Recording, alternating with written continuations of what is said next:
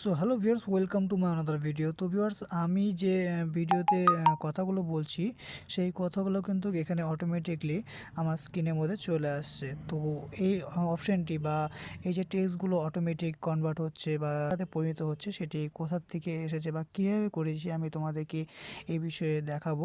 খুবই simple process. যারা ভিডিওর মধ্যে লেখাগুলো অ্যাড করতে যাচ্ছ বা অটোমেটিক লেখাগুলোকে অ্যাড করতে যাচ্ছ, তাদের জন্য আজকের এই ভিডিওটি। তোমরা অবশ্যই এই ভিডিওটি দেখবে। তাদেরকে দেখিয়ে দেওয়ার জন্য আমি আমার মোবাইল ফোনের স্ক্রিনে চলে আসলাম। তো স্ক্রিনে আসার পরে সেই অ্যাপ্লিকেশনটি আমি দেখাচ্ছি, যে অ্যাপ্লিকেশনের মাধ্যমে আমরা যে ভয়েস গুলো বলি সেগুলো অটোমেটিক কিভাবে অ্যাড হয়।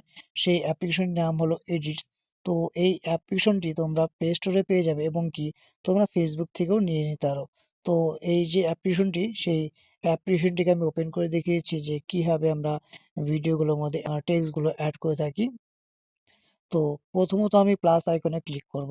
তো প্লাস আইকনে ক্লিক করার পর এখান থেকে গ্যালারিতে চলে যাব। গ্যালারিতে আসার পর একটি ভিডিও আমি নিয়ে নিচ্ছি। তো এখান থেকে আমি একটি ভিডিও সিলেক্ট করে নিলাম। তারপর এখানে দেখো রাইট চিহ্ন রয়েছে, সেই রাইট চিহ্নের মধ্যে আমি ক্লিক করে দিচ্ছি। এবার রাইট চিহ্নের মধ্যে ক্লিক করার পর এখানে তোমরা বেশি কিছু করতে হবে না। এখানে দেখতে পাচ্ছ অডিও, টেক্সট, ভয়েস, লিঙ্কস, আর এখানে লেখা হচ্ছে ক্যাপশন। তো এখানে সিসি ক্যাপশনের যে অপশনটি রয়েছে সেই অপশনের মধ্যে যদি ট্যাপ করি, এখান থেকে জেনারেটিং ক্যাপশন। তো জেনারেটিং ক্যাপশন কমপ্লিট হওয়ার পর তো কিভাবে টেক্সট গুলো অ্যাড হয় বা লেখাগুলো কিভাবে অ্যাড হয় সেটি আমি তোমাদেরকে দেখিয়েছি। আমি যে ভয়েস গুলো বলছিলাম সেই ভয়েস গুলো কিন্তু এখানে অ্যাড হয়েছে। তো ভিউয়ার্স, দেখতে আজকে পাচ্ছ আরেকটি তোমার নতুন আমি ভিডিও যেই নিয়ে আলোচনা কথাগুলো করব। বলছি যে অটোমেটিক বিষয়ে কিন্তু আলোচনা এখানে করতে চলেছি সেটি লেখাগুলো খুবই চলে গুরুত্বপূর্ণ আসে। একটি। তো এখান থেকে তোমরা লেখাগুলো ডিজাইনও চেঞ্জ করে দেবে। তো এখানে স্টাইলে ক্লিক করবে, এখান থেকে তোমরা এই ধরনের স্টাইল দিতে পারবে বা তোমাদের মন পছন্দের যদি তোমাদের যেটি ভালো লাগে সেই স্টাইলগুলো তোমরা এখান থেকে লেখাগুলোকে পরিবর্তন করতে পারো। ঠিক আছে? তো এখান থেকে ডান অপশনে ক্লিক করবে। এখান থেকে ডান অপশনে ক্লিক করার পর আবার এক্সপার্টে ক্লিক করবে।